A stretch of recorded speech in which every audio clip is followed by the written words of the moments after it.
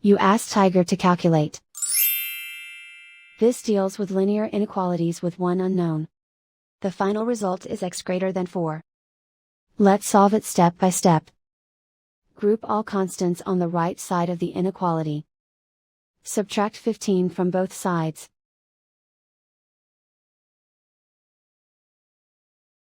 Simplify the arithmetic.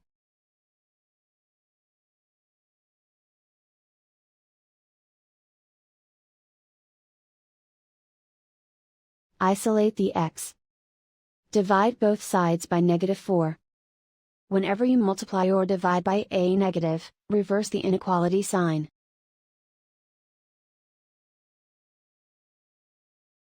Cancel out the negatives.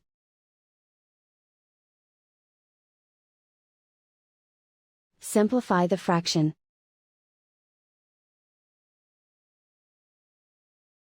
Cancel out the negatives.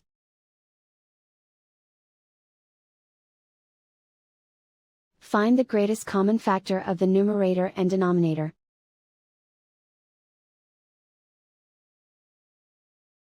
Factor out and cancel the greatest common factor.